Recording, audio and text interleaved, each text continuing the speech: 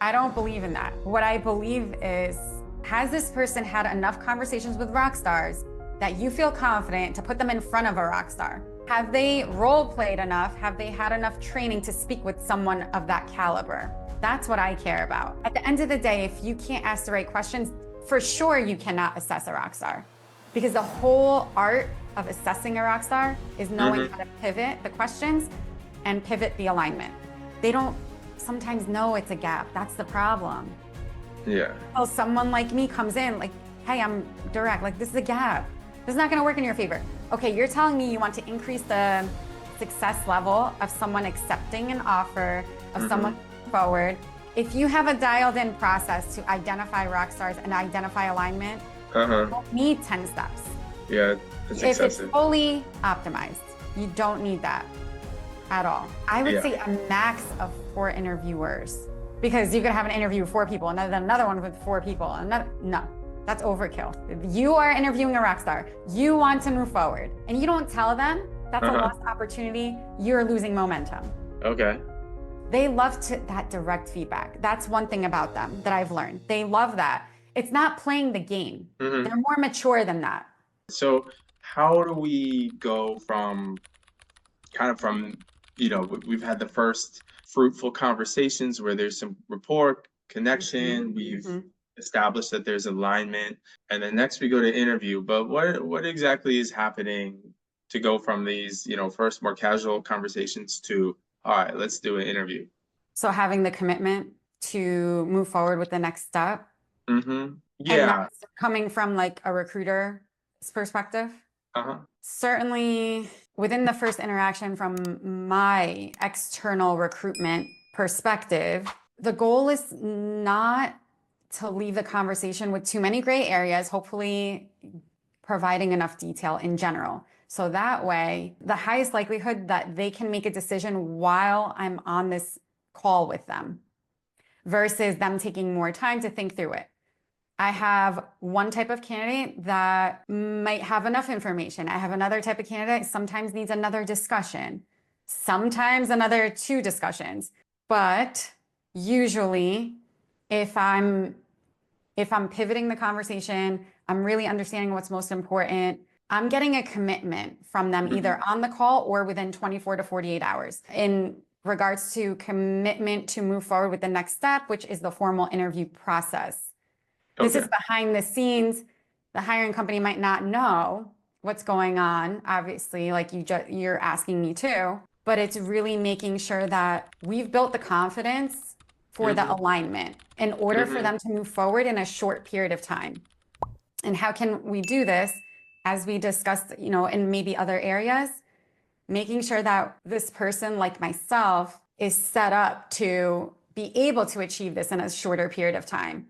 Asking the right questions, making sure there's alignment, building the rapport, that leads to a more timely turnaround for them to move forward with my hiring company. Okay. And again, another discussion could be had, and that's okay. Sometimes I could also, just a little bit more detail, leave it at, I might ask them a question. Do you have some time today to review the information I shared via email and respond to me by end of day or the next business day, whatever that may be, whether it's Thursday or let's say it's a Friday, then it's a Monday, but the next business day, to not be overly aggressive. But I learned this in a sales course, actually, with my mentor, that we want to, like you said, we want to make sure there's an action step and to keep the process moving versus, okay, let's just end the call and I don't know what the hell is going on after. Yeah. So yeah, I like that you're mentioning some of the other sales tactics. It is used in recruitment too.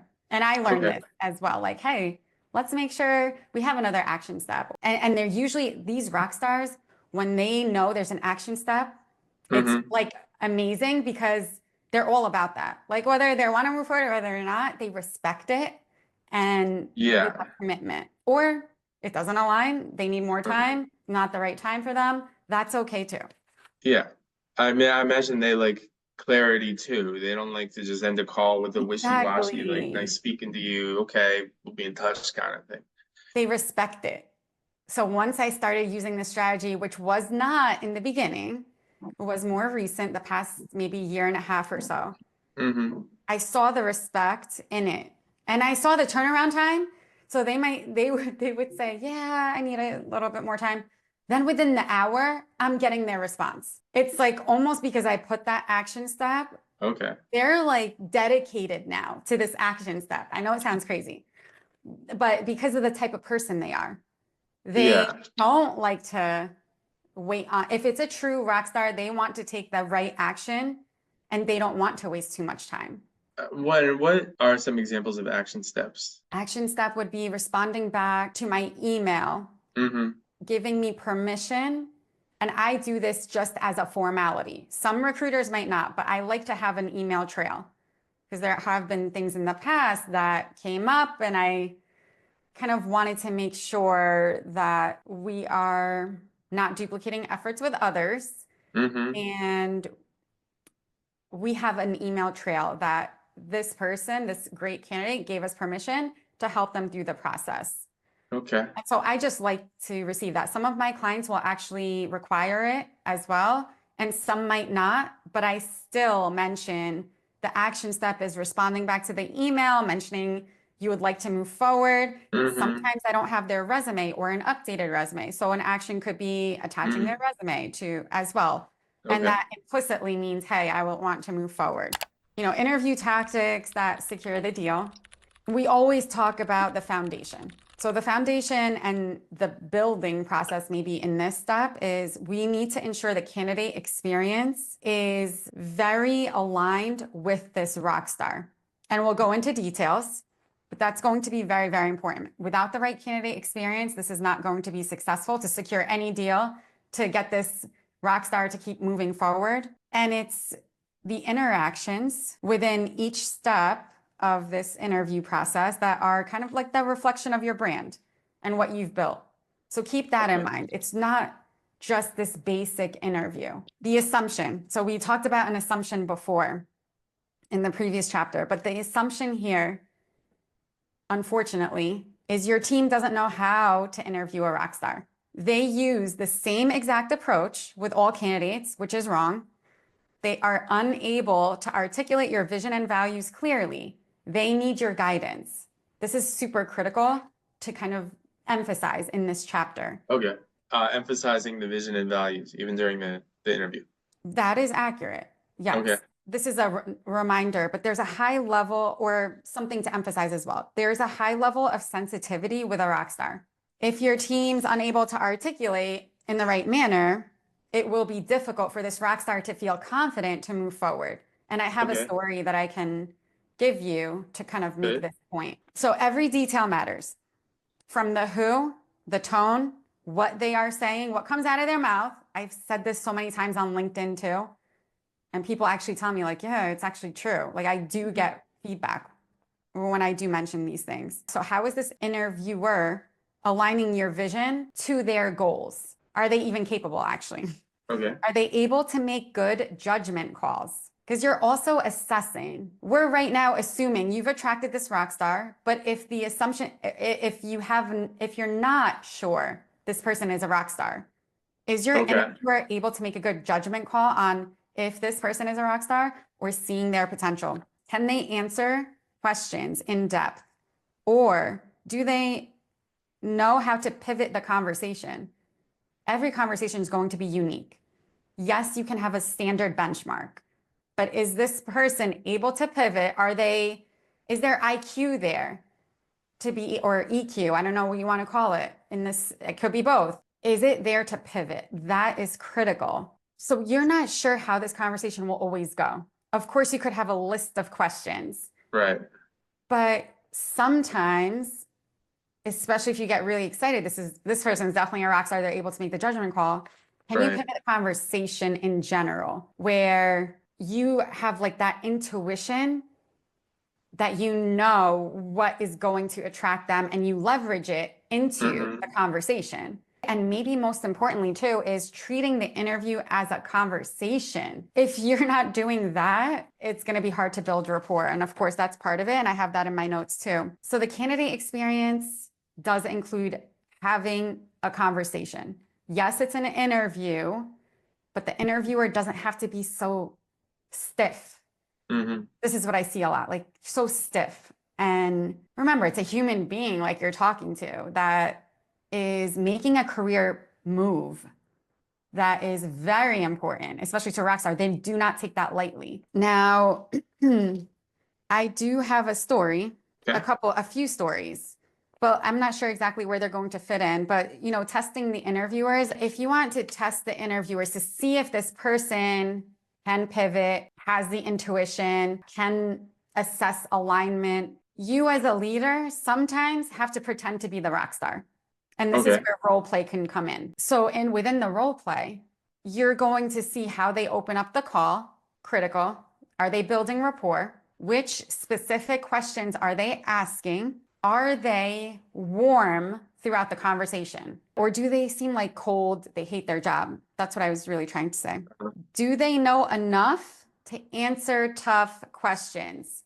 Rock stars usually are not asking surface level. They're asking detailed questions. And this is, again, I've seen this time and time again. I had to get really good at it. I was like, oh, I don't even know how to answer this. Let me think through this. Now I know I have to be prepared when I talk to this type of person. So the tough questions, not just surface level. And I have the best practices will be able to answer these questions that I'm saying too. So for example, I do have a story that kind of could bring this together. That was like kind of a failure. It's a failure story. Good. Failure stories are good. Okay, good. I had a great director level candidate interviewing for a lateral position almost. And that's okay. Like they were open to that. Did my part. So now I'm handing it over. They're interested. They confirm their interest. I'm handing it over to the hiring company. And they decide that the best person to interview this director level candidate is a first-year recruiting associate who is still training, right? They decided that that was the best person. And all this person did, because I do gather feedback from the candidate. And sometimes the hiring companies don't even know that I'm doing this, but I am like, hey, I don't want this to happen again. How can we increase the likelihood of success? Every single interaction, I want to know what went wrong. What can we do that's better on our part too? Not just the hiring company.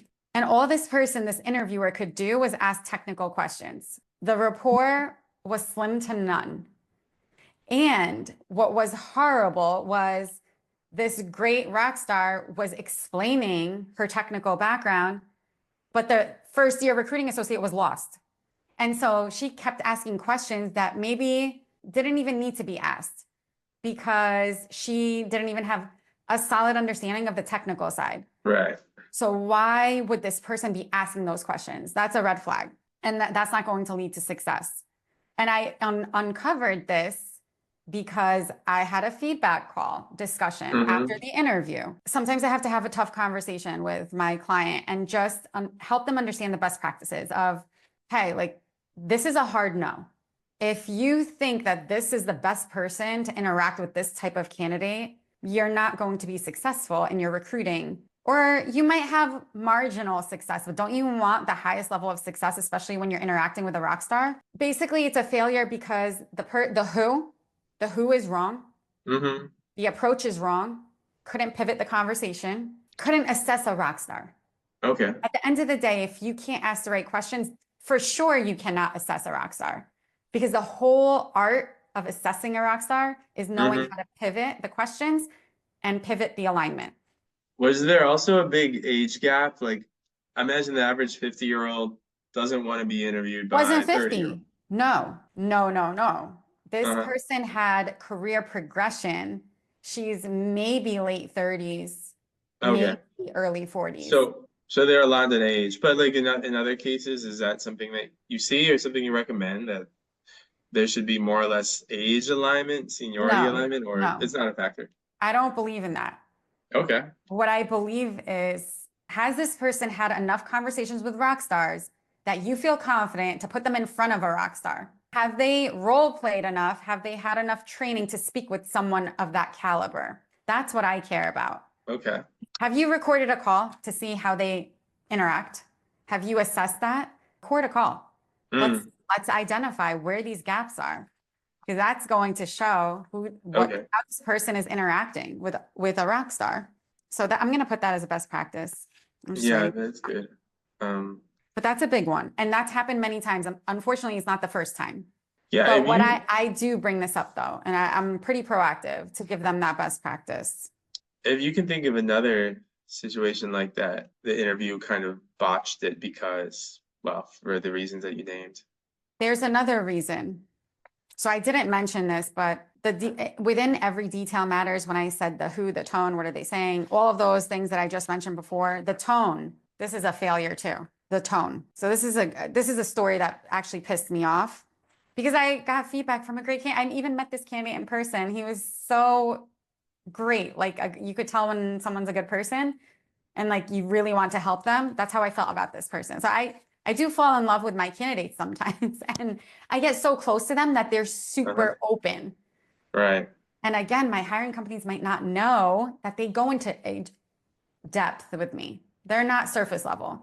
So that's where I'm getting these stories too. There was a time, I still remember this because it bothered me that much at that time. There was a Rockstar. So the failure is the Rockstar candidate pulled out of a process because the interviewer had an aggressive tone. This person, the interviewer, maybe this is, I don't know where we want to put this, but sometimes an interviewer has a bias that gets in the way of assessing if this person is a rock star. I don't know exactly what the bias, oh, actually I do know what the bias was.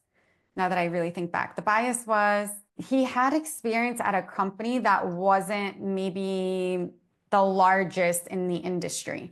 You mean the rock star or the interviewer? Yes. He had experience with a mid-market public accounting firm.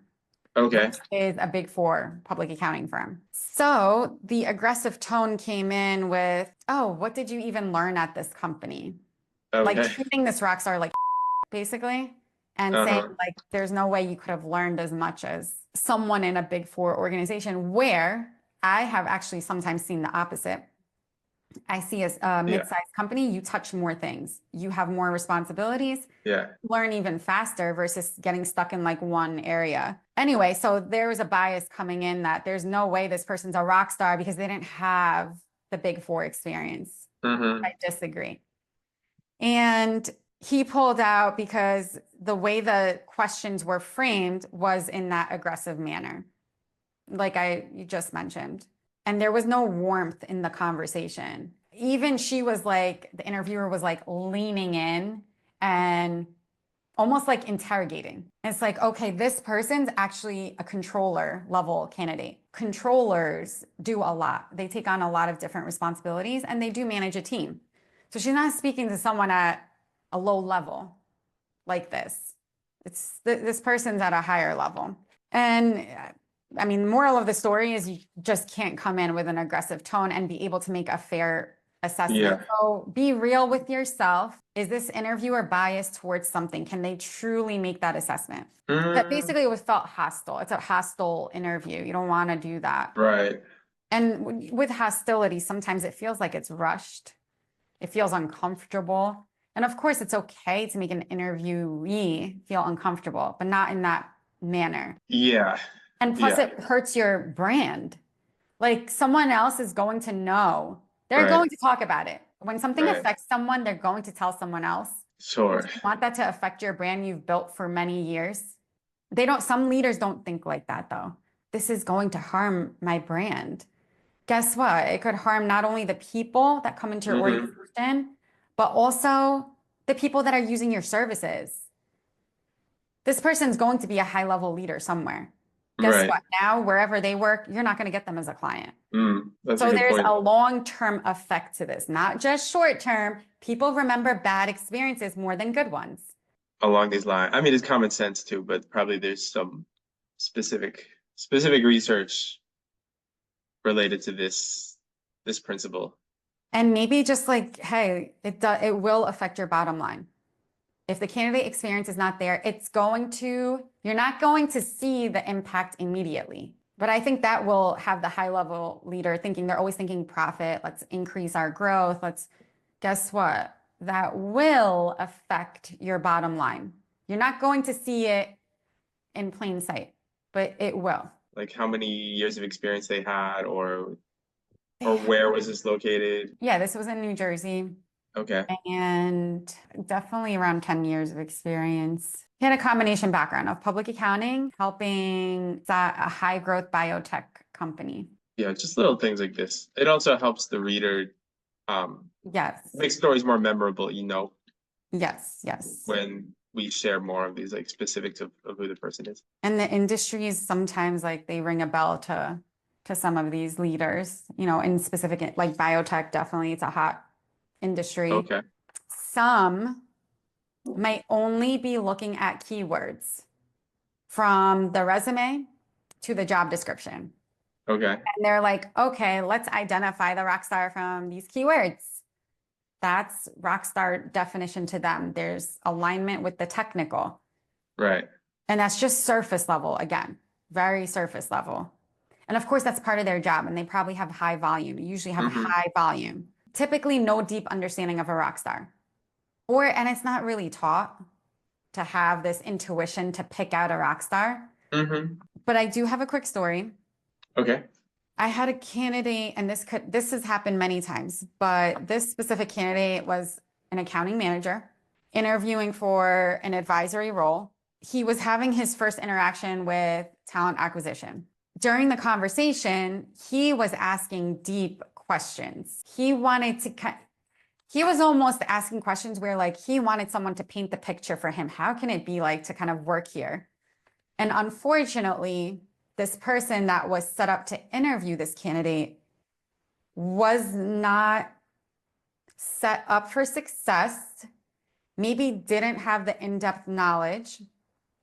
And so the feedback I got from the candidate, he was so interested with me. He was sold. Everything was like aligned. So then when I hear like, oh, he's no longer interested, like he told me in an email he's no longer interested, I'm like, no way.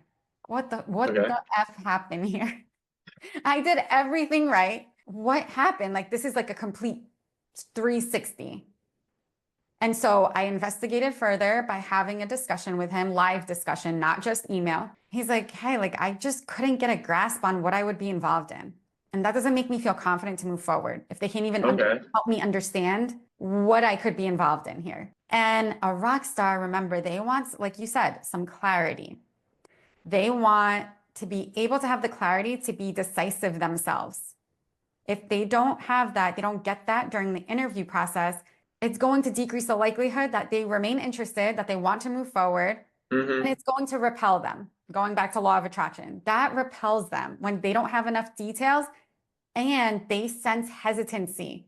Maybe that's another one to emphasize. You have an interviewer that's hesitating on responding, hesitating on details. What do you think this rock star is going to think? They don't have their together. How can I trust my growth with a company that does not know how to explain the role? Something so basic. We have to paint the picture for them. And this interviewer has to be able to know how to do that.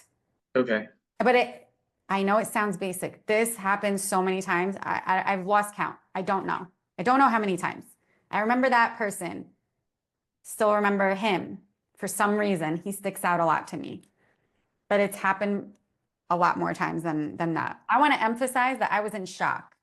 Okay, that's good. Because his interest was at a 10. Like if I have to rate 9.5, 10 is really hard to say 10. Yeah. He's at a 9.5. What the F happened? I'm like, we're doing everything right as your strategic partner. Let's fix this gap in your organization. This is a gap. They don't sometimes know it's a gap. That's the problem. Yeah. So someone like me comes in like, hey, I'm direct. Like, this is a gap. This is not going to work in your favor. Okay, you're telling me you want to increase the success level of someone accepting an offer, of someone moving forward. Well, this is going to hurt the percentages you're looking at. You could tell he was bright. I don't know that you can always sense that from someone. So the role play is interesting. You covered it pretty well, but like specifically, how should it go down? Like the CEO perhaps, or some high level person says, "Hey, I'm going to pretend to be a Rockstar candidate. I want you to interview me." But are there like specific guidelines for how to do Yes. this role play? Yes. The person that's going to conduct the role play needs deep knowledge of the organization. Cannot just Okay. be anybody. Okay. They have to know the details themselves, because how can they assess Right. if this interviewer is actually doing the right thing and is fully optimizing the process if Right. they don't know themselves? So it has to be someone that's in the details, that understands the vision and is in alignment with where the company's going. Like the strongest, it has to be a strong leader that is conducting this. Cannot just be anyone. And it would help if that person has a track record themselves of being able to speak to rock stars in general and has closed them. I mean, that would be ideal, because they've been through the whole process and they know how to pivot. They Right. know the best practices. They can spot gaps quickly. Yeah, it has to have that. It would seem like, I mean, I guess you're usually not involved in the interviews, right? Like you're not in the room sitting there.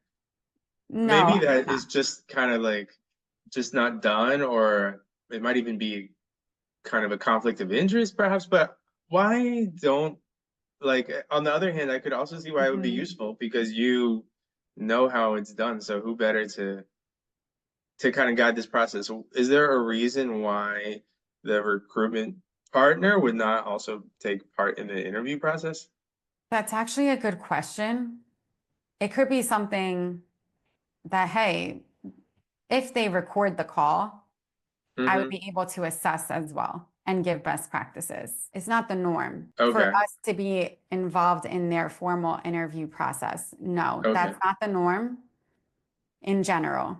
But you make Okay. a good point, because yeah, can I assess the gaps pretty quickly? Probably. Maybe it's not the norm because it can make it feel awkward for the candidate. It's not kind of Yeah. like the best. You might have heard these like stories, which are kind of myth but kind of true, of like big pop stars or rock stars who when they do a concert, they have, I think they call them riders, like these specific terms in their contract about um like specific things they want in their dressing room, stuff that, like, there's a famous story about, I don't know, some band, let's say Yeah. Motley Crue, where their thing was like, yeah, we want, like, you know what I'm going with this? We Yes, want a yes, bowl I of have heard M&Ms. this.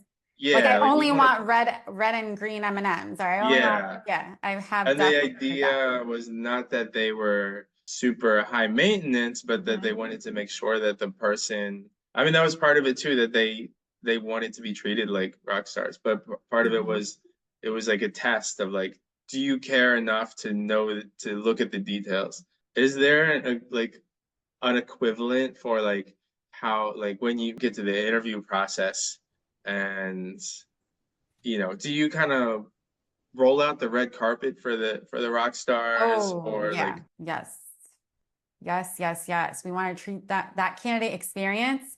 That would be great to kind of say that, rolling out the red carpet. That's going to increase the success yeah, I in mean, what does that interaction. mean specific, like, concretely? Because you don't want to be over the top, like No, serving them no. champagne and stuff like that, but Being on top of your like hmm you have to know your company, and whoever is interviewing has to know the company inside out. Like it only makes sense to, if you're interacting with a rock star, to put someone in front of them hmm that can emphasize the great points of your company and be able to build the rapport, build deep rapport. That's the red carpet for them. okay. You're making it easy for them to show you what type of rock star they are. When you have the deep, warm rapport, you know how to answer their questions in depth. You know how to pivot. That's all red carpet approach. Believe it Okay. or not, I know it sounds so basic, but it is. That's their expectation. Like just like a star is like, that's an expectation that the rock star hmm comes in with almost.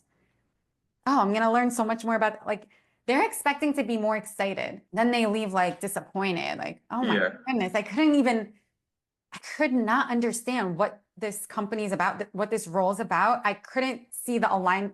They're coming out of it unmotivated to move forward sometimes because of that. Uh-huh. Yeah. Okay. So yes, red carpet approach. I love that. All right. So I understand the initial interviews. Let's say there's an interview process. And I guess in your field, well, most folks are interviewing like between 2 and 4 times. Is that accurate, or is that not the case here? It does depend. Okay. You know, it depends on the size of the company sometimes. It depends on how the team is structured.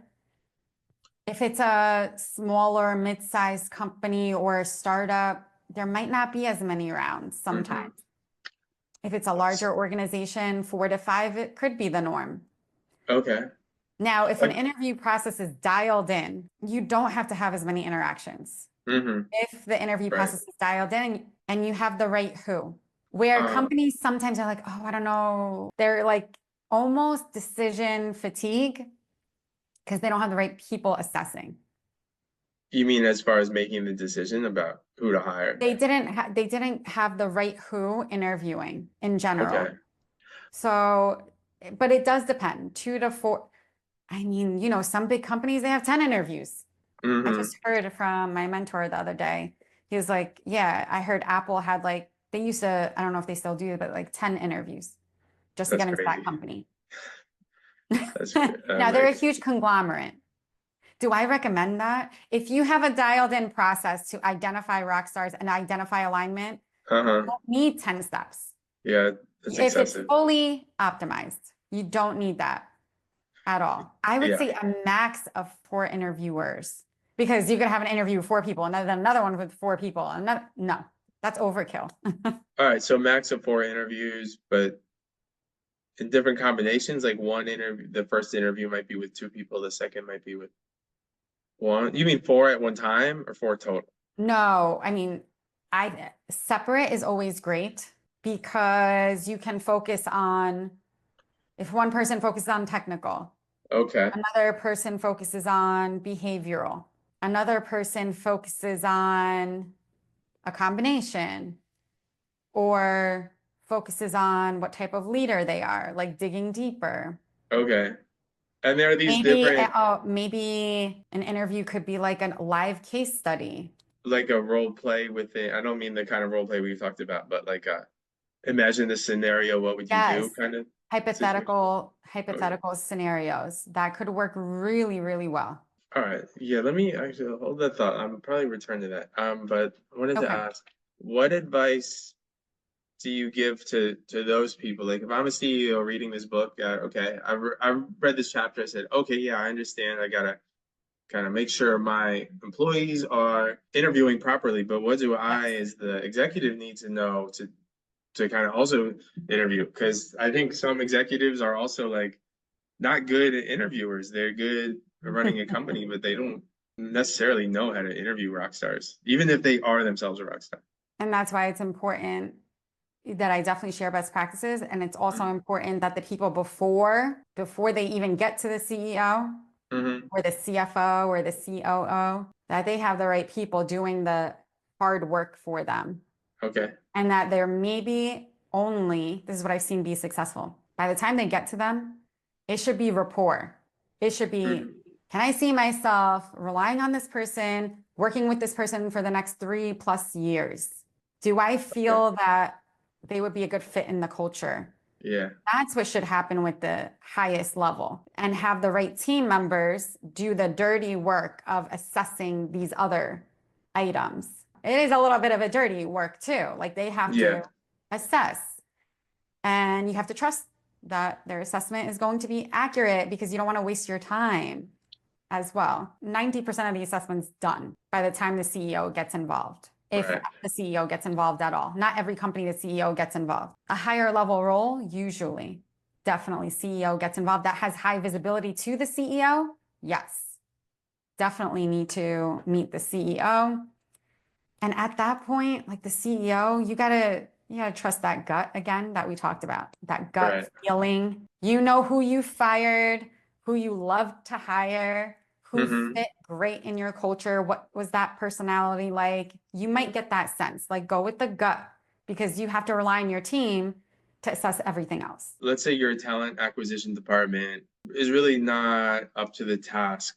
What's the solution? Is this a problem that can be solved with training?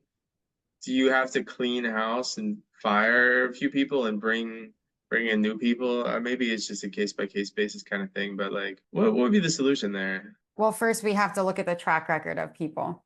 Have they produced results? Results meaning, have they secured Rockstars? Have they been able to keep that momentum high during the interview? Yeah. So it really, it's definitely case by case, but it could be easy. Hey, like, this person's not a good fit. They haven't produced results. Okay, we need to make a change. That's okay. I wouldn't say give up on people. If you give them the right playbook and they execute in the right manner, then it's a huge improvement. If they're unable to execute when you give them the playbook, that's an issue. Then yes. Okay. But I wouldn't say be so abrupt, especially if you haven't set the tone yet.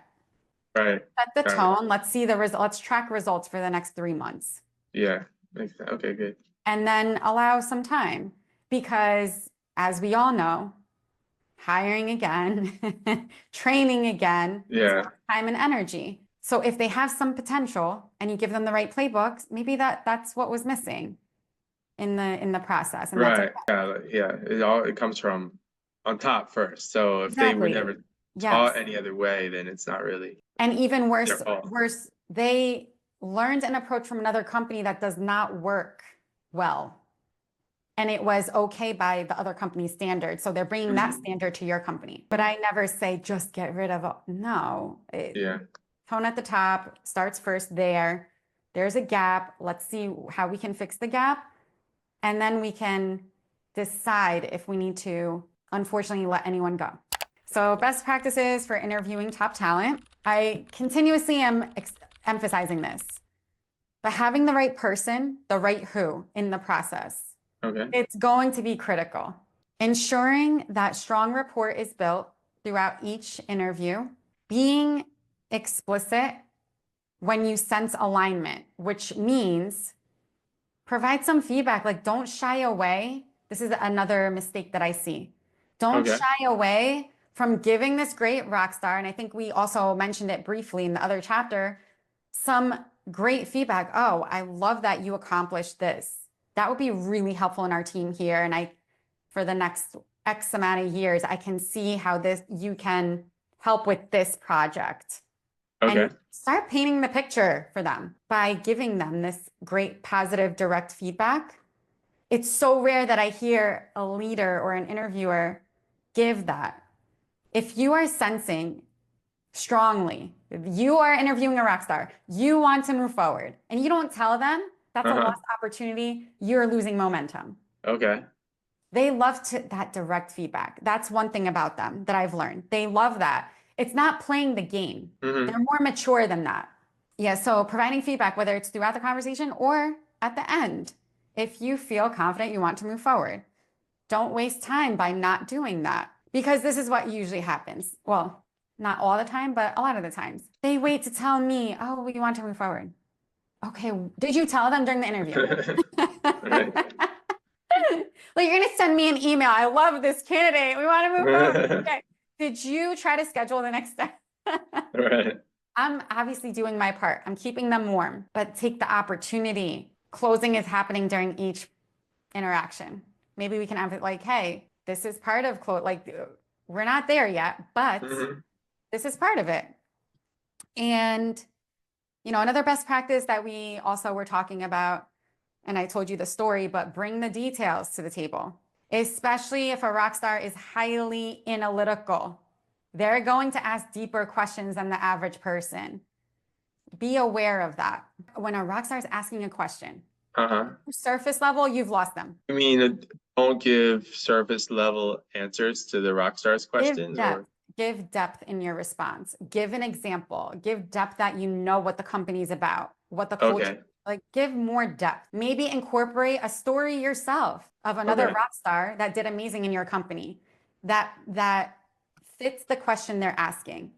leverage your success stories, the success stories in your organization versus surface level. Like, you want to build that rapport and connection, cannot be surface level. That's a best practice. And again, this is from all of my years of experience. And I'm emphasizing it because it seems basic. It's not being done. It's not being done. And it's a lost opportunity. Other item, have a document that has frequently asked questions that you're hearing from great candidates, high performers that your team is interviewing. Most rock stars, and this is what I've learned from my side too, there are common questions that are asked. And if you can master those common questions, of course, we can't know every question that's going to be asked by a rock star. If your team can master those questions and have depth in the response, that's going to really, really help continue the process. So your team will compile this frequently asked questions list and then coach them on the most appropriate answer. They might even come back and say, I was asked this. So unfortunately, they might not do this. I wish they would. Be proactive. Okay, this candidate asked me this question. I didn't exactly know how to respond, so I just kind of like BS my way. That's what happens. Instead, bring it to someone's attention. Start a list. This is how we're going to approach it. Okay, you were stuck here. This was a challenging question. That's okay. That's going to happen. But how can we approach this in the right way? If this question was asked again, what is our response back? And let's be consistent across the organization. I think that is really, really important because that's what I do too. I've actually compiled that. Now it's just second nature to me. It's going to become second nature, but in the beginning, there has to be some type of formality. Another one that we just discussed, actually, that you made me think of, record a call. So you can assess the gaps live and it's not all hearsay. You are in the conversation live. And of course, telling the candidate, hey, we are recording this conversation just for informational purposes. And if the candidate doesn't want that, that's fine. But if you approach it in the right way, this is being recorded just for our training purposes, usually that doesn't cause an issue. I really, David, want to emphasize though, let's not forget, like, this is part of closing too. Closing's happening with these interactions. You're setting up the momentum for the close process, just like you're setting up the momentum for that process, for that stage to be successful. The more confidence that they have with the information that they're gathering information, not just you, they are too. The more confidence they have in fully understanding the big picture of your organization, the big picture of the role that they would take on, the more likely things will be successful. And the confidence will be built where it's an easy close versus a hard close. Yeah. What if everything's gone well in the process until now and you think the rock stars are perfect fit?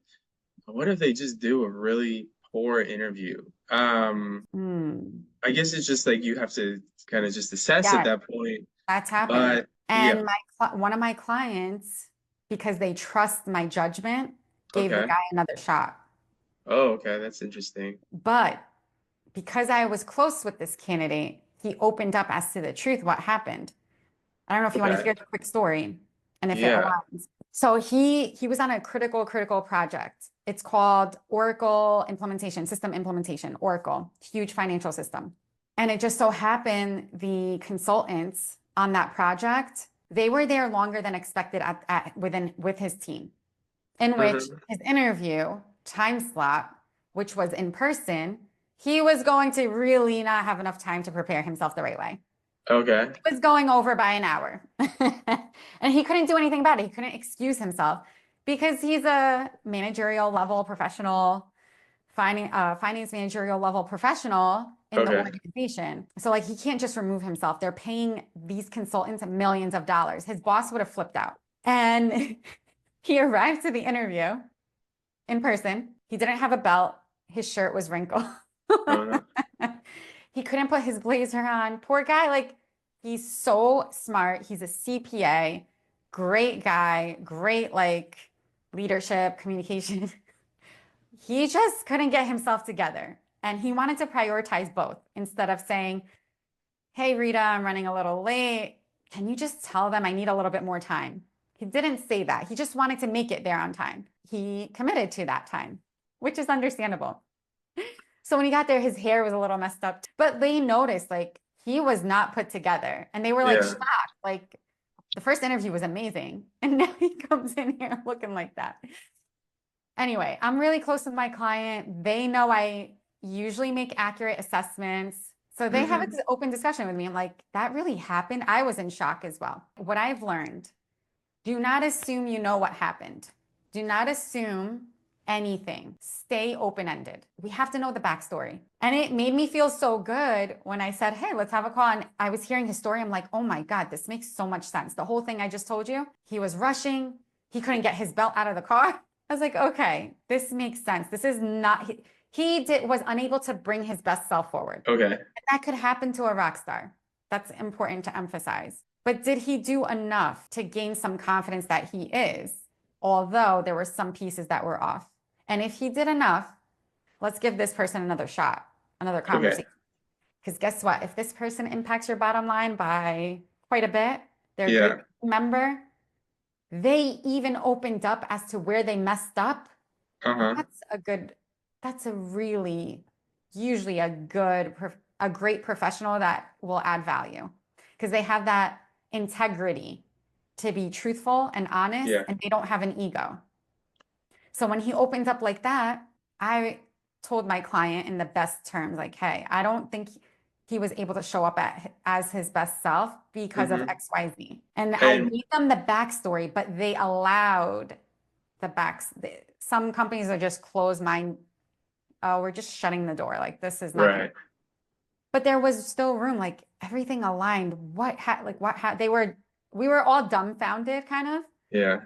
Like just physical appearance mostly. I think it was like, hey, you presented yourself, wasn't the best. Seemed rushed. It wasn't frantic or like super nervous though. He still had the confidence, and he had the background, the technical background too. So there was some room to add some cushion to adding another conversation. That's what happened. Added another conversation via coffee chat. Let's give him an opportunity to show up even better. And I told him, hey, I understand things happen in the past, but make sure nothing gets in the way. If you want an offer, make sure nothing gets in the way. Yeah. Bring your best self, because you're capable. It just, unfortunately, factors outside of his control got in the way. Right. And we were able to uncover that, and it was a success. He received an offer. Okay. Accepted. Yes, it was a huge success. I feel like that could be super impactful and honestly eye-opening. I hate to see when a company pinpoints one little detail and doesn't give the opportunity to allow this person to show up at their best. Yeah. And they become an amazing team member. I've seen success stories like with that, but that one sticks out to me the most.